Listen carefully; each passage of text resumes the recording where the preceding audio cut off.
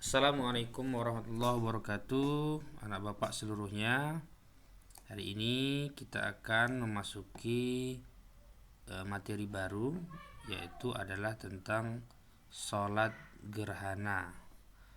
Sebelum itu, apakah anak-anak bapak semua tahu apa sih yang dimaksud dengan gerhana? Baik, berikut akan Bapak sampaikan tanda-tanda kedatangan gerhana atau gerhana itu sendiri terbagi ke dalam dua ya. Pertama gerhana bulan, yang kedua adalah gerhana matahari. Kalau kita lihat dari gambar yang ada, itu bulan di balik bumi atau tidak langsung terkena matahari, berarti pantulan cahaya matahari tidak mengenai bulan. Sebaliknya, pada gerhana matahari, ya, matahari, bulan dan bumi berada pada garis lurus yang sama, di mana bulan di tengah, dan akibat bulan itu berada di tengah mengakibatkan beberapa daerah di bumi akan mengalami kegelapan atau tidak terkena cahaya dari cahaya matahari. Ini yang disebut dengan gerhana matahari. Adapun ketentuan sholat gerhana, yaitu adalah hukum sholat gerhana sunnah muakkad atau sangat dianjurkan. Pelaksanaannya disunnahkan secara berjamaah. Meskipun demikian, sholat gerhana boleh dilakukan secara munfarid atau sendiri-sendiri. Waktu pelaksanaannya selama terjadinya gerhana, baik matahari maupun gerhana bulan. Salat khusuf dilaksanakan pada waktu mulai terjadi gerhana matahari sampai saat matahari nampak utuh seperti semula. Sedangkan salat khusuf dilakukan pada saat gerhana bulan sampai bulan kembali nampak penuh seutuhnya.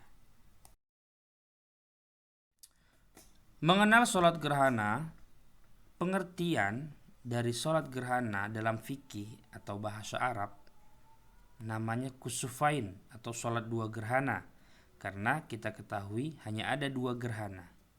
Yang pertama adalah sholat gerhana bulan atau nama lainnya adalah kusuf. Yang kedua adalah sholat gerhana matahari atau disebut dengan kusuf.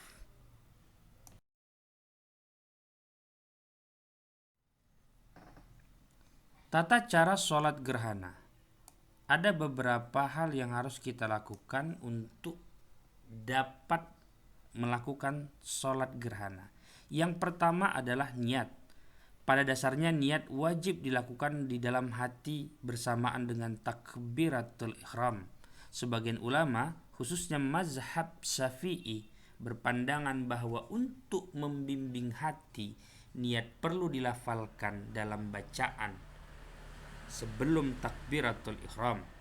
Jika dilafalkan, bacaan niat disesuaikan dengan kondisi sholat yang akan dilaksanakan.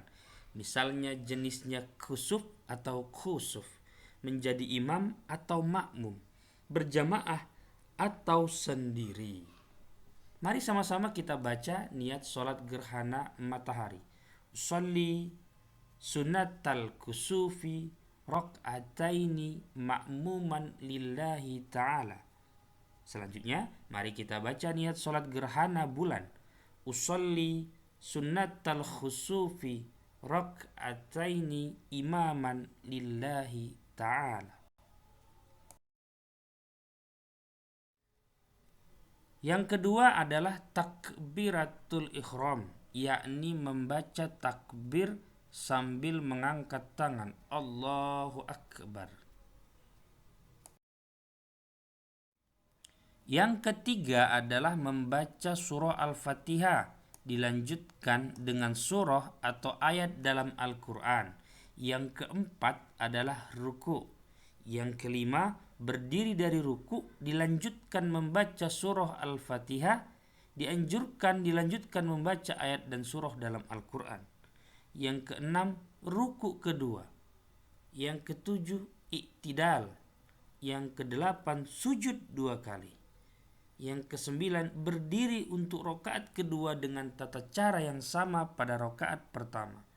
Yang kesepuluh, diakhiri dengan salam. Lalu yang ke-11, khutbah terkait gerhana matahari ataupun gerhana bulan. Ada beberapa hal yang perlu diperhatikan saat sholat gerhana. Yang pertama, menjaga kebersihan. Sebelum melaksanakan sholat gerhana, pastikan diri dan tempat pelaksanaan sholat dalam keadaan bersih.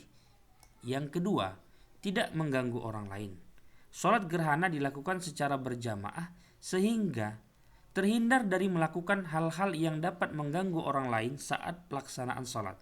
Yang ketiga, menjaga khusyuk, yaitu berusaha untuk tetap khusyuk dan fokus selama sholat dilakukan sehingga maksimal dalam pelaksanaan sholat gerhana tersebut.